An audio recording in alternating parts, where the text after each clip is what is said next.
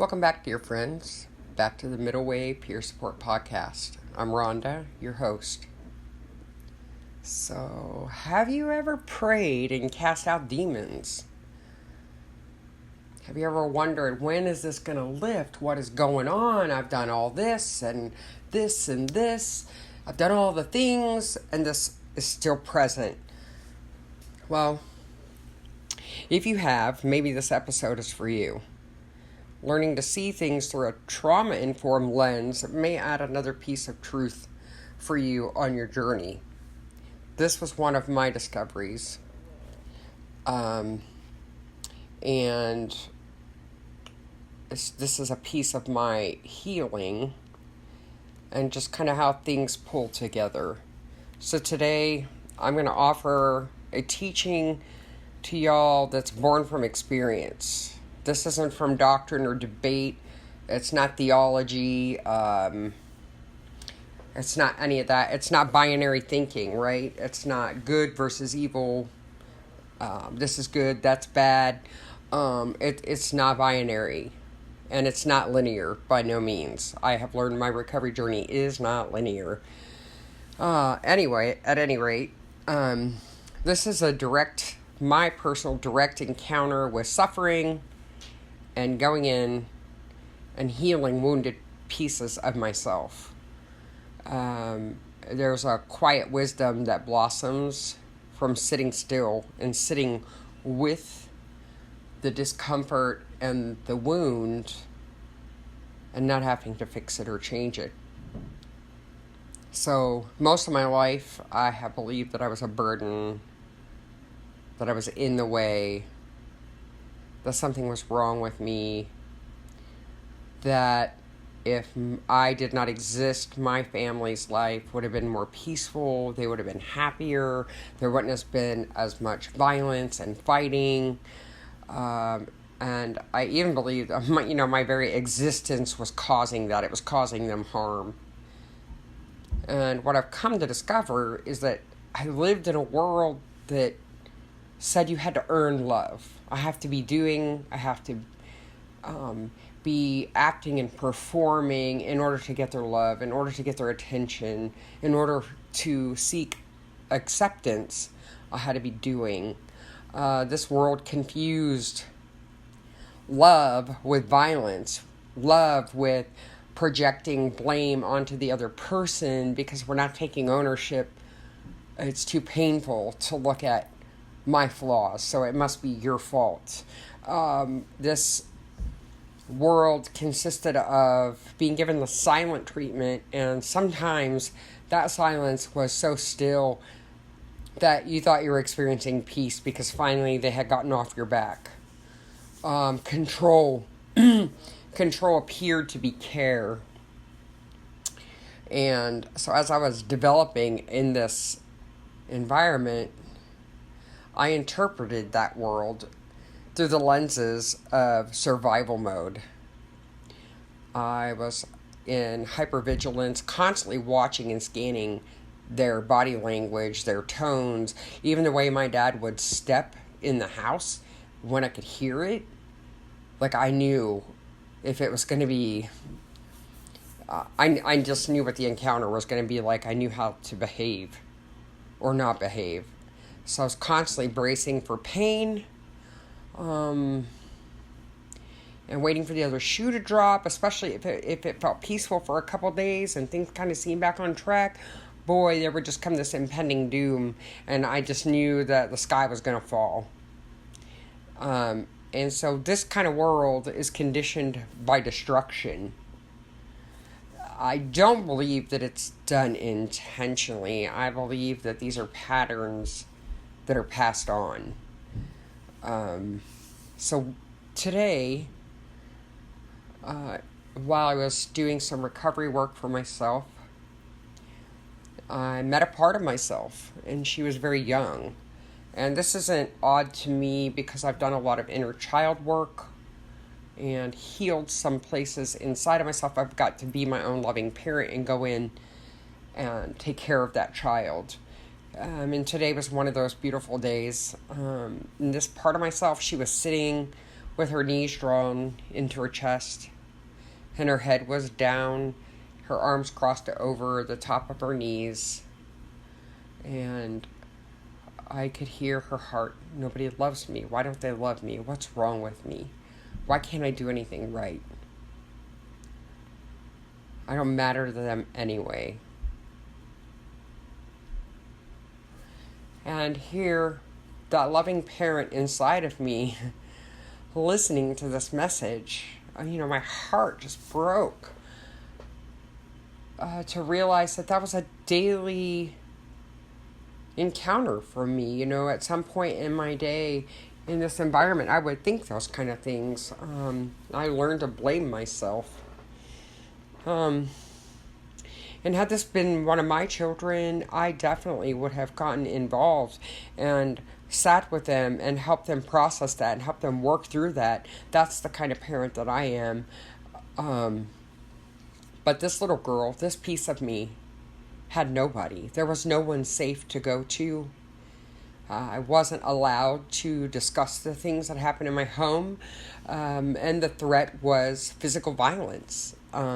Whether my dad acted on violence towards us on a regular basis or not, witnessing my mom be struck by him, and then even a couple times of being struck by him myself, the fear was in me. I was terrorized and terrified to ever speak or say anything.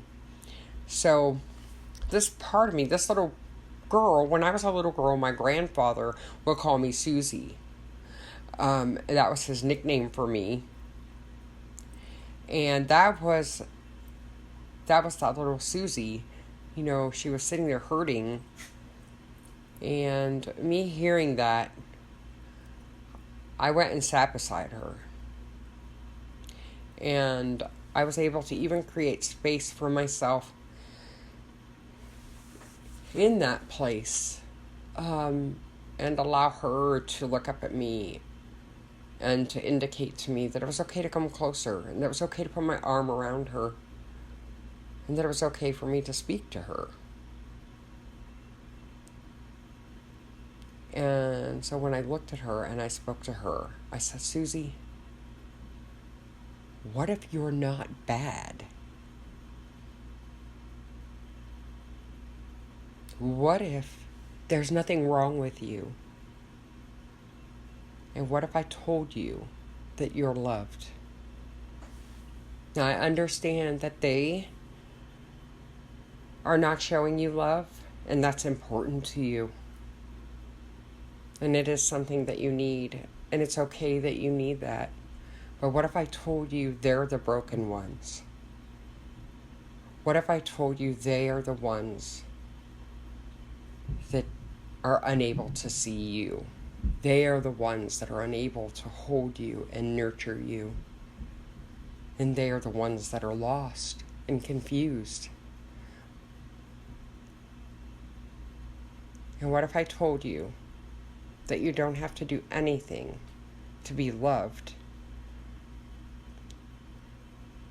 because you're already loved, just because you exist? And what if their inability to love you was never your failure? It's their confusion.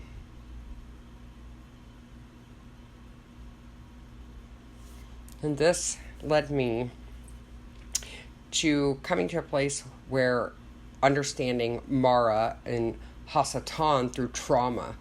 So Mara is depicted in Buddhism as kind of like the adversary, sort of like Hasatan, or Satan is what Christians call it. I'm not. So, in Buddhist teachings, the figure of Mara, it arises as an archetype of illusion.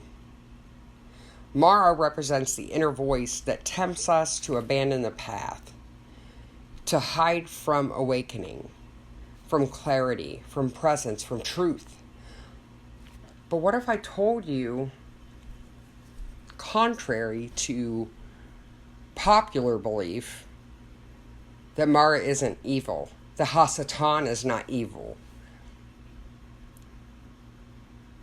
That's a very contrary insight nonetheless. In a Christian tradition, we encounter Satan. Satan's often interpreted as the accuser, the deceiver, the one who speaks lies into the soul. But what if I told you the lies weren't evil? Yeah, that's contrary to what we've been taught. Alright, so I'm going to back up a little bit here. What happens when we view Mara, Satan, Hasatan? Hasatan is also the accuser of the brethren. What if we view these not as external enemies, not as something outside of myself, but as an internal protector, parts of the psyche that were formed in trauma? Which brings me to the title of this episode. This episode is The Gatekeepers of Pain, Trauma, Mara, Satan, Hasatan, and the Path to Liberation. So what if we talked a little bit about those parts being gatekeepers?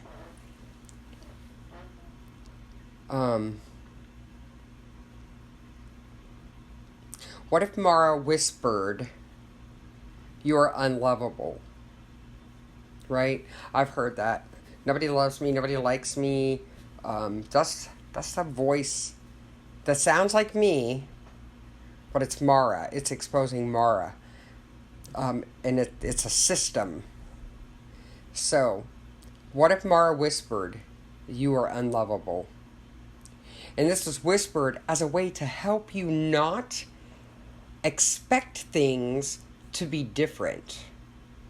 Because every time that you go back to them, openly, lovingly, unconditionally, you're met with pain, rejection, blame, criticism. What if this voice was there to shield you from even more pain?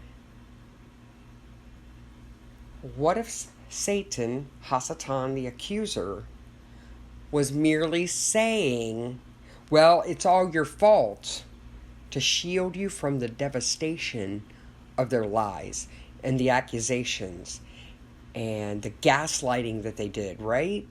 Oh, what if Hasatan was blaming you as a way to distract you from going and hurting more?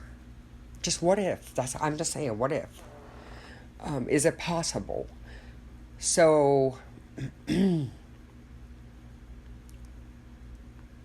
what if these lies and the accusations, this was a buffer from taking another blow to yourself from them? What if gaslighting ourselves was less painful? And so then I start going, what is wrong with me? It's all my fault. So I'm gaslighting myself.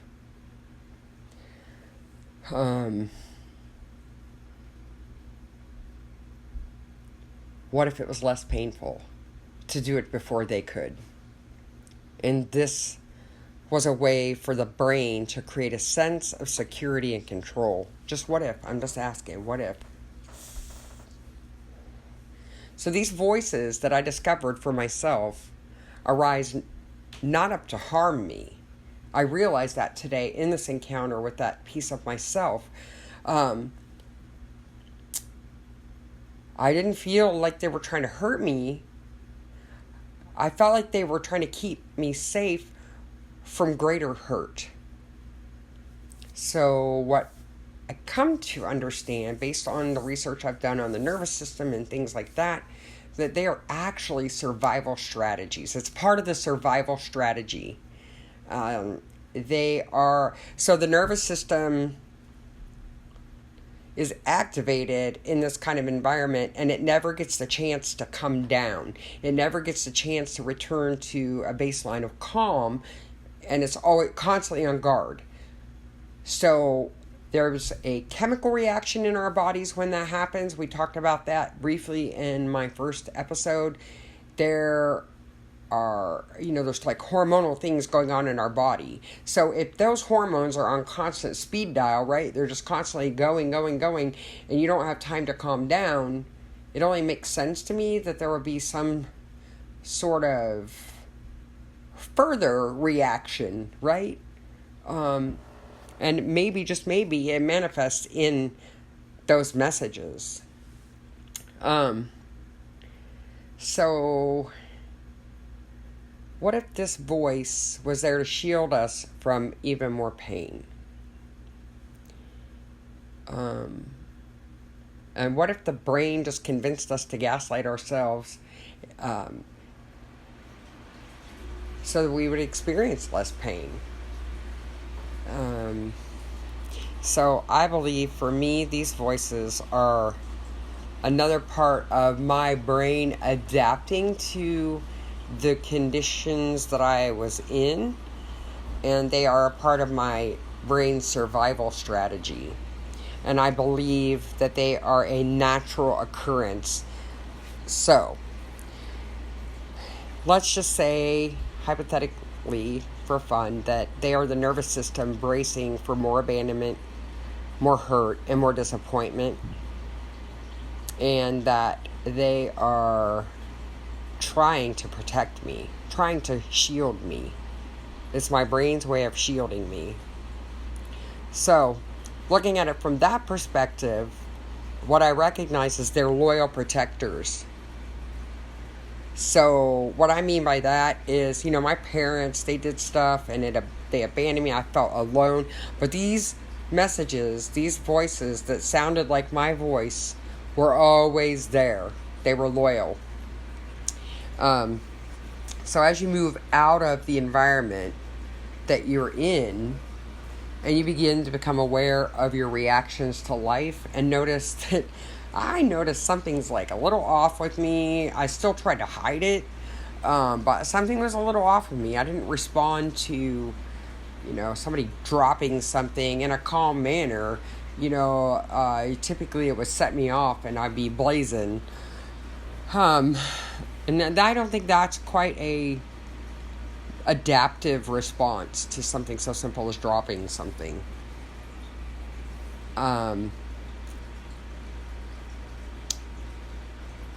But then I started learning new things. And the system that I was conditioned in, it started to unravel, but I still didn't have the awareness that I needed, to be able to navigate it. And fear of the unknown, I'm not familiar with what's happening. So that, there's fear there. But the system, nonetheless, it began to unravel. And I started realizing this stuff was outdated, like it didn't work. So if y'all are like me, a truth seeker, you may have gone on a truth quest. That's basically what my adult life has been, is a truth quest. So I explored my Christian upbringing. Then I began opening myself up to other teachings. I wanted to find my truth. Putting the pieces together, I'm still seeking it. And these voices in me, I believe, are byproducts of the chemical reaction in my body from trauma and the dysregulated nervous system. I believe that my body was responding appropriately and as it was designed. So I do believe that my body was designed to respond exactly the way that it did in the conditions I was in. I do not believe that my body is evil. It's not the voice or message that were evil. The mind was trying to protect itself. It is when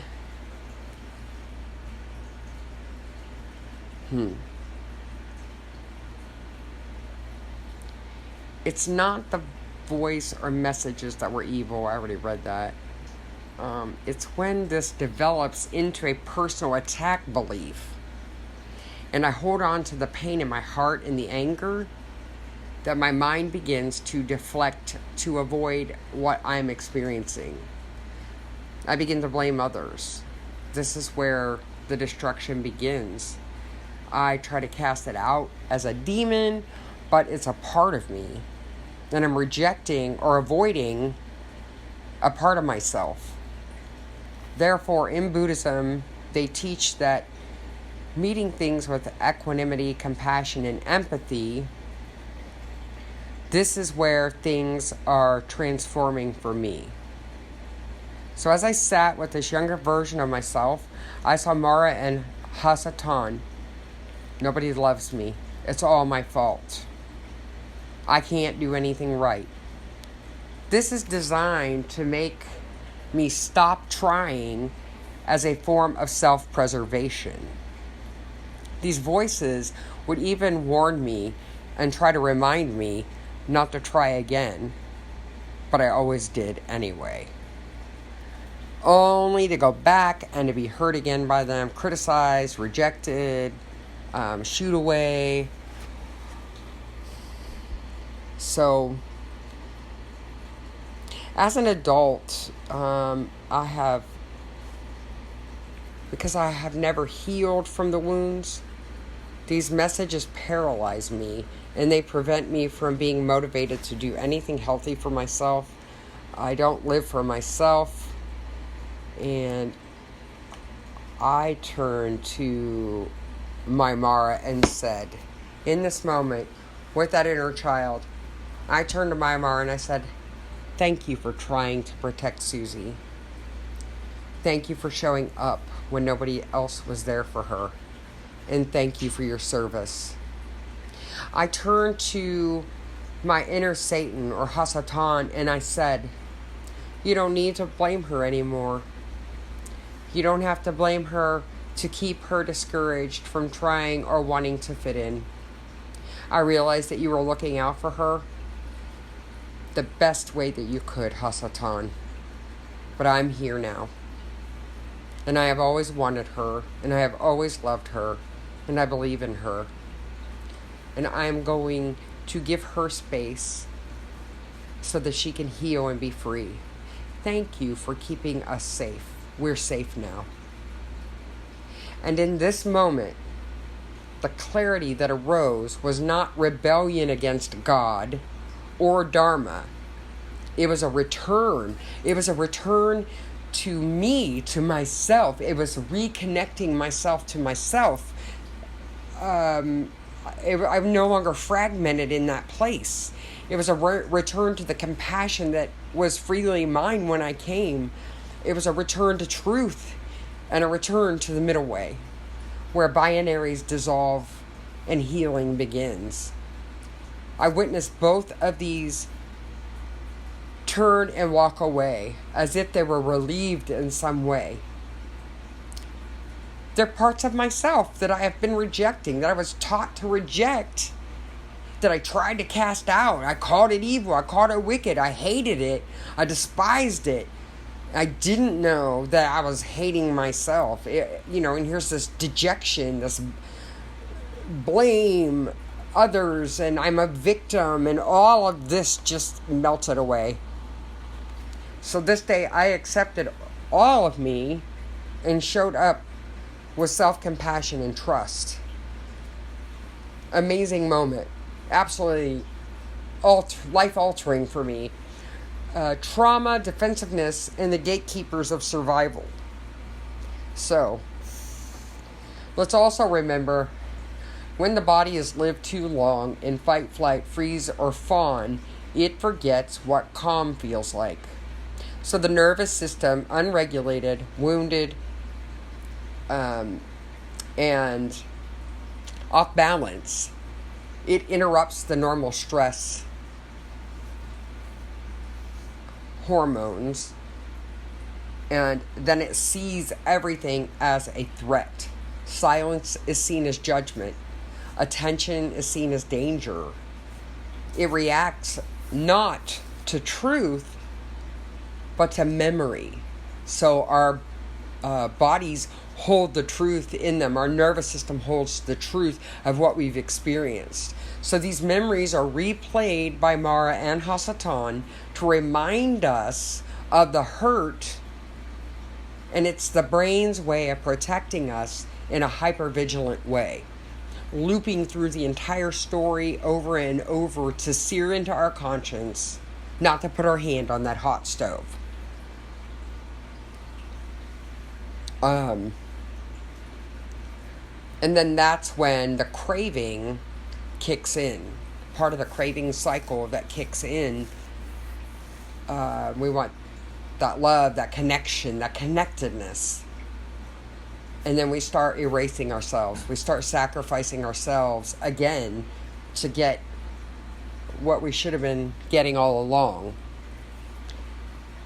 So in this state, the voice of Mara and Hasatan may reappear, not as tormentors though, but as the only language the brain knows to make sense of the chaos. So the voices might echo, stay silent, it's safer. Don't trust, you'll be hurt. Oh, if you say something, you'll sound stupid and they won't like you. Hide your truth, it's too dangerous to be honest. These are not evil thoughts. They're not even destructive thoughts, if you think about it. I believe that they are protective adaptations. They formed when no one listened, when the truth was punished, and when tears were met with shame.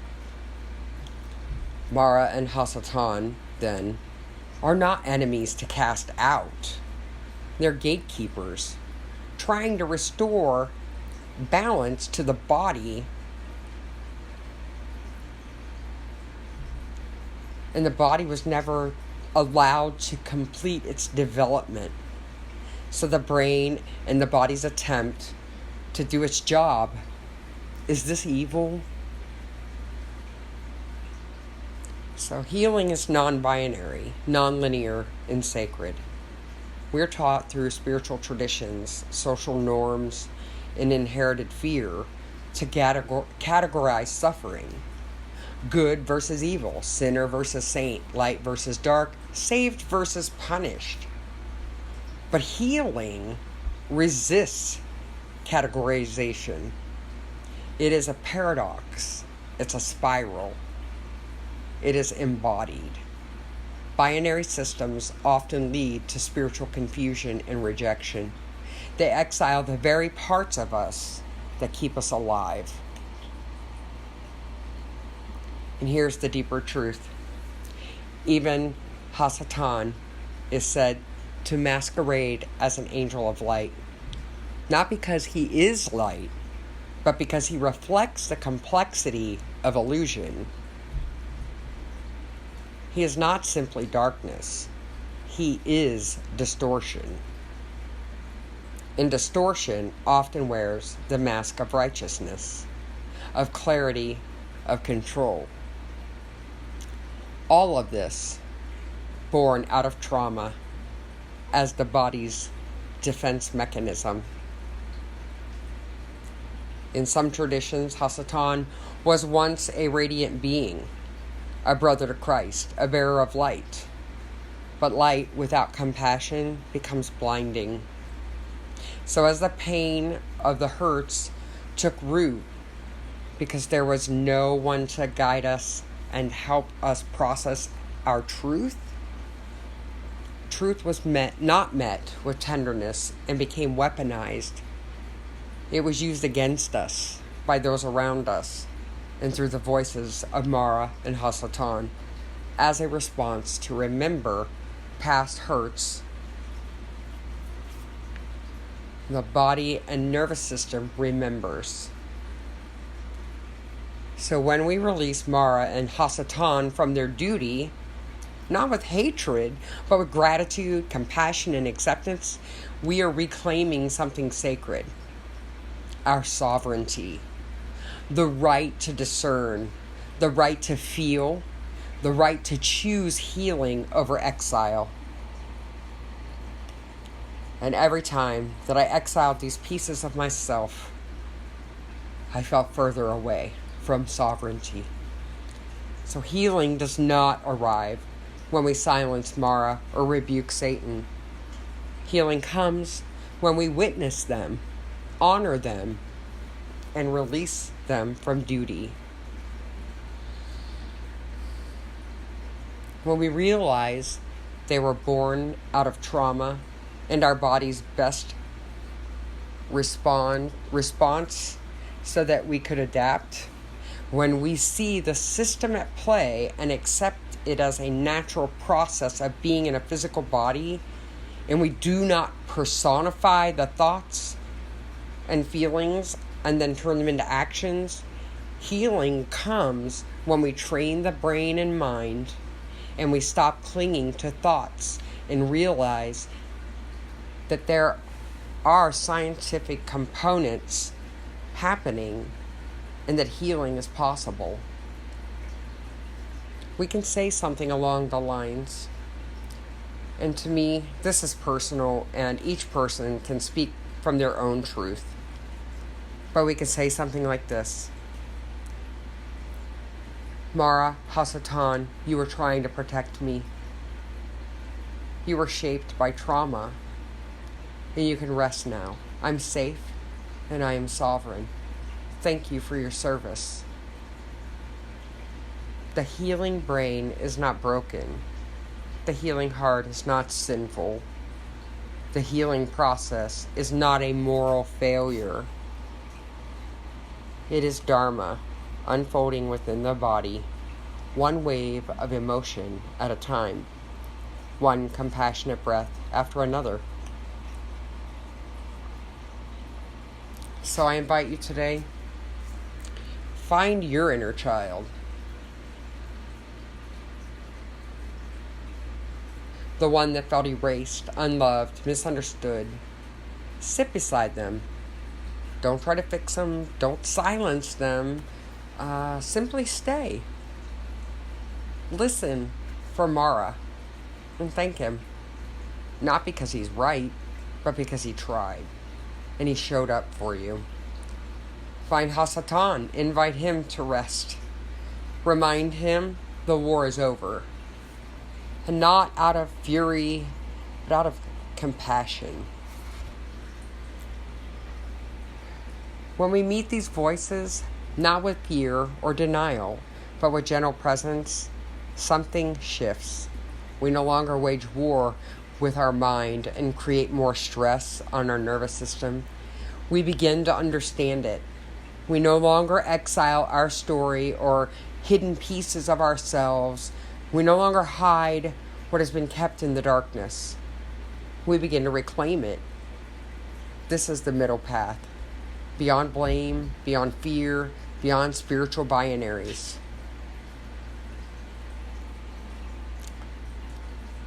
So the closing reflections. The conditions that we were born into shaped our suffering, but they do not have to define our essence. Compassion is not a bias, it is a revolution. To sit with Susie, to honor Mara and reframe Hasatan, is to walk the middle path. A path where nervous system regulation, where gatekeepers are released with gratitude, and where the breath becomes my teacher again. Thank you for sitting with me today and holding space while I shared this piece of truth.